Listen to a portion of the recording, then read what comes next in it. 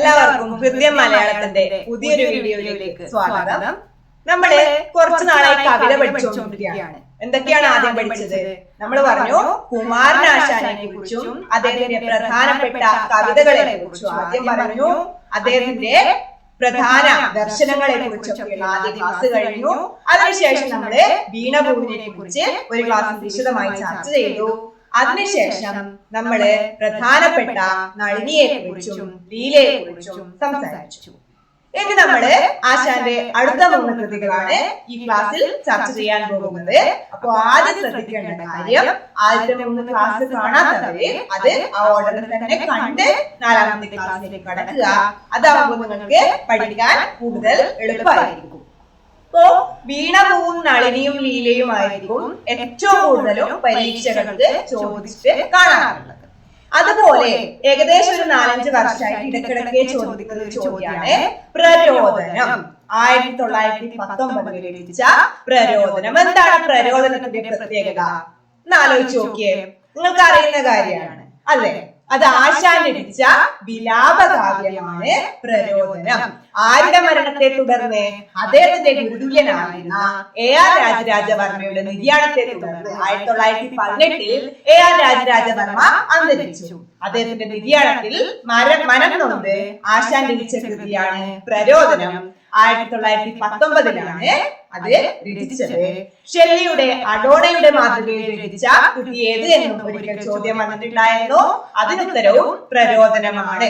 അപ്പൊ ശ്രദ്ധിക്കുക, ഇപ്പൊ ഇടക്കിടക്കെ പല പരീക്ഷകളിലും പ്രരോദനവുമായി ബന്ധപ്പെട്ട ചോദ്യം വന്നുകൊണ്ടേയിരിക്കുന്നുണ്ട്.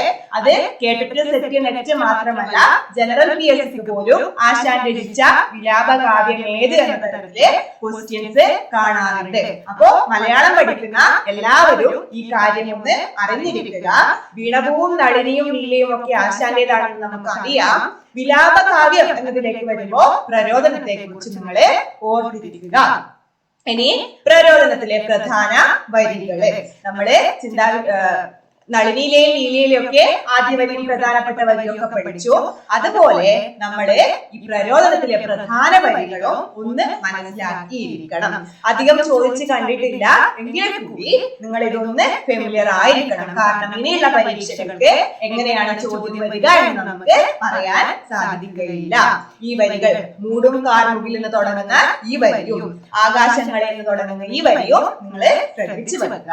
പിന്നെ ശ്രദ്ധിക്കേണ്ടത്, നിങ്ങൾ ഇത് മാത്രമേ വരൂ എന്ന് നിങ്ങൾ ഉറപ്പിക്കരുത്. ഇതിനിടയിലെ വരിയും ചോദ്യങ്ങളായിട്ട് വരാം.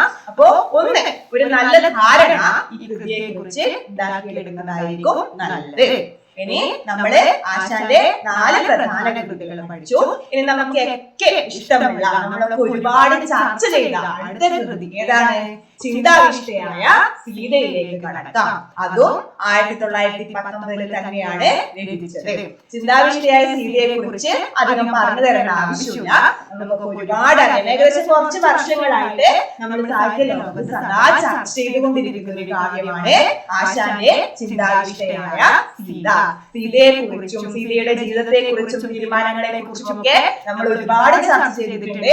ഒരുപാട് ആശയക്കുഴപ്പത്തിലായിട്ടുണ്ട്. ഒരുപാട് അഭിപ്രായങ്ങള് ചിന്താവിഷ്ടയായ സീതയെ കുറിച്ച് വന്നിട്ടുണ്ട്. അപ്പോൾ വാൽമീകിയുടെ സീതയ്ക്ക് അധികം കോട്ടം തട്ടാതെ തന്നെ അല്പം വ്യത്യാസം കൊണ്ടുവന്ന് മറ്റൊരു ആംഗിളിൽ ചിത്രീകരിക്കുകയാണ് ഈ കൃതിയുടെ നമ്മുടെ കുമാരനാശാൻ ചെയ്തത്. നമ്മള് ഇതിലെ വരികൾ അങ്ങായിട്ട് എവിടെയൊക്കെയോ ആയിട്ട് പല ക്ലാസ്സുകളില് പഠിച്ചിട്ടുണ്ടാവും. സ്കൂൾ തലം തൊട്ട് ചിന്താവിഷ്ടയായ സീത പഠിച്ചവരും അതിലെ ചില ഭാഗങ്ങൾ പഠിച്ചവരും ഒക്കെ ഉണ്ടാവും. അപ്പൊ ആശാൻ എന്ന് പറയുമ്പോ നമ്മൾ ശ്രദ്ധിക്കേണ്ട മറ്റൊരു കൃതിയാണ് ചിന്താവിഷ്ടയായ സീത. അതിലെ സുധർ മാമുനിയോട് അയോധ്യയിൽ എന്ന് തുടങ്ങുന്ന ഈ കൃതി, ചിലപ്പോൾ ഈ വരി കണ്ടിട്ടായിരിക്കാം ഇത് ഏത് കൃതിയേതാണ് എന്ന ചോദ്യം വരിക. ശ്രദ്ധിക്കുക, ഈ വരി ഓരോന്നും ശ്രദ്ധിക്കുക. സീത അതിനിടയ്ക്ക് പറയുന്ന ചില കാര്യങ്ങളുണ്ട്. അതൊക്കെ ഓരോ എന്തെങ്കിലും ഒരു കോഡ് വെച്ച് നിങ്ങൾ ഓർത്തെടുക്കാൻ ശ്രമിക്കുകയും ചെയ്യുക. ഇനി അടുത്തത്, നമുക്ക് ഏകദേശം ചിന്താവിഷ്ടയായ സീതയുടെ വിവൃതം മനസ്സിലാക്കി കഴിഞ്ഞാല്, ആ കൃതിയെ കുറിച്ച് ഏകദേശം ധാരണ ഉണ്ടാക്കി കഴിഞ്ഞാല് ചില വരികൾ കാണുമ്പോ അത് ചിന്താവിഷ്ടയായ സീതയിലേതാണ് എന്ന് നമുക്ക് ഐഡന്റിഫൈ ചെയ്യാൻ പറ്റും. ഇനി അടുത്ത വരി അവസാന വരി ഏതാണ് എന്നുകൂടി ഒന്ന് ശ്രദ്ധിക്കുക. വേണ്ട ഖേദമേടോ എന്ന് തുടങ്ങുന്ന വരിയും ശ്രദ്ധിക്കുക. അതിനിടയ്ക്ക് സീതയുടെ മനസ്സിലെ കാര്യങ്ങളൊക്കെ സീത ചില വരികളിലൂടെ ആവിഷ്കരിക്കുന്നുണ്ട്. അതൊക്കെ നമ്മള് ഇനി വരുന്ന ക്ലാസ്സിൽ പിന്നെ സീതയെ കുറിച്ചുള്ള പഠനങ്ങൾ ഇതൊക്കെ വരുന്ന ക്ലാസ്സില് ടീച്ചർ പറഞ്ഞു തരുന്നതായിരിക്കും. ഇത് നമ്മള് പ്രധാനമായിട്ടും സീതയെ കുറിച്ചും കൃതിയെ കുറിച്ചും വർഷവും ഒക്കെയാണ് പ്രധാനമായിട്ടും പറയുന്നത്. ഇനി അടുത്തതാണ് ചണ്ഡാല ഭിക്ഷുകി. ഇതും നമുക്ക് പരിചയമുള്ള കൃതി തന്നെയാണ്. ഇതിലെ പല വരിയും നമുക്കറിയാം. ചണ്ഡാല ഭിക്ഷുകി 1922 ആശാൻ രചിച്ചത്. 1922 വർഷം ശ്രദ്ധിക്കുക. ഇതിലെ വരി നമ്മുടെ നിത്യജീവിതത്തിലൊക്കെ ഇടക്കിടക്ക് ഉപയോഗിക്കുന്ന ചില വരികളുണ്ട്. ദാഹിക്കുന്നു ഭഗിനി എന്ന വരി വരുന്നത് നമ്മുടെ ചണ്ഡാല ഭിക്ഷുകിയിലാണ്. ജാതി ചോദിക്കുന്നില്ല ഞാൻ സോദരി, ചോദിക്കുന്നു നീർനാവ് വരണമോ. ഈ വരിയും ചണ്ഡാല ഭിക്ഷുകിയുടേതാണ്. ശ്രദ്ധിക്കുക. ഒരു ബുദ്ധഭിക്ഷു മാധവിയുടെ അടുത്ത് വരുന്നതും തുടർന്ന് ജലം ചോദിക്കുന്നതും അക്കാലത്തെ ജാതി വ്യവസ്ഥയെ കുറിച്ച് വളരെ നിശിതമായി വിമർശിക്കുകയും ചെയ്യുന്ന ഒരു കൃതിയാണ് ചണ്ഡാല ഭിക്ഷുകി. ശ്രദ്ധിക്കുക.